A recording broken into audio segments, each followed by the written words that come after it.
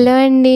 ఈ వీడియోలో డిఎస్సికి సంబంధించి ఇవాళ అప్డేట్ చూసినట్లయితే న్యూస్ పేపర్లో ఇలా వేశారండి కొత్త విధానం అనేసి. సో అంటే డైరెక్ట్గా మీకే మెసేజ్లు వస్తాయి. జాబ్ ఎవరు క్వాలిఫై అయితే వాళ్ళకి డాక్యుమెంట్ వెరిఫికేషన్కి డైరెక్ట్గా మీ సెల్కి మెసేజ్ రావడం జరుగుతుంది అనేసి ఆంధ్రజ్యోతి న్యూస్ పేపర్లో వేశారండి.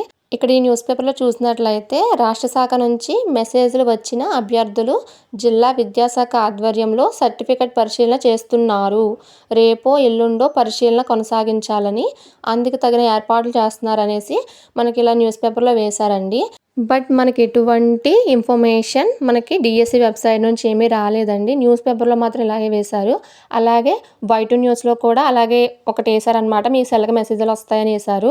సో అలా ఆ విషయాన్ని పట్టుకొని చాలామంది ఫేకర్స్ ఏం చేస్తున్నారంటే మెసేజ్లు వచ్చేసినట్టు మాకు వచ్చేసింది చూడండి అనేసి స్క్రీన్ షాట్లు గ్రూప్స్లో అన్నిట్లో షేర్ చేస్తున్నారు. అది చూసి చాలామంది ఒక 65 నుంచి అలా 70 మధ్యలో ఉన్న అభ్యర్థులు ఉంటారు కదా, వాళ్ళు చాలా టెన్షన్ పడిపోతున్నారు. సో ఎందుకంటే అలాంటి ఫేక్ మెసేజ్ని మీరు నమ్మొద్దు. మెయిన్లీ నేను అదే చెప్తామని చేశాను. నాకు కూడా చాలామంది ఐడికి పెట్టి స్క్రీన్ షాట్లు పెడుతున్నారండి. ఇవి పెట్టేసి నిజంగా వచ్చేసిందంట మేడం మీరు చూసారా అంటే మాకు రాలేదు, మాకు జాబ్ రాలేనట్ట అని అడుగుతున్నారు కొంతమంది. సో అది ఫేకర్ మెసేజ్లు అండి, కొంచెం చూసుకోండి. మీకే మీ ఫోన్కే మెసేజ్ వస్తే అప్పుడు నాకు పెట్టండి, అప్పుడు నేను ఆ ఇన్ఫర్మేషన్ అందరికీ షేర్ చేస్తాను. ఇలా ఫేక్ మాత్రం వద్దండి, మీరు ఎటువంటి కంగారు పడొద్దు. సో ఇలాంటి ఫేక్ విషయాలు విని నిజంగా టెన్షన్ పడొద్దు. అలాగే ఇలాంటి మెసేజ్లు మీ సెల్కి వస్తే మాత్రం నాకు ఇంటిమేట్ చేయండి. లేదంటే అప్పుడు మీరే డైరెక్ట్గా మీ గ్రూపుల్లో మీరు ఏ గ్రూప్లో ఉన్నారో పెట్టండి. అంతే తప్ప ఎవరో షేర్ చేసి మీరు షేర్ చేసుకోవద్దు. ఇలాంటి మెసేజెస్ చూసి నేనే ముందు నిజమేమో అనుకున్నాను, అలాగే చాలామంది అనుకుంటారు. సో అందుకని వీడియో చేశాను. అలాగే నా ఐడికి పెట్టేవాళ్ళు కూడా మెసేజ్లు, సో అది క్లారిటీగా చూసుకొని పెట్టండి.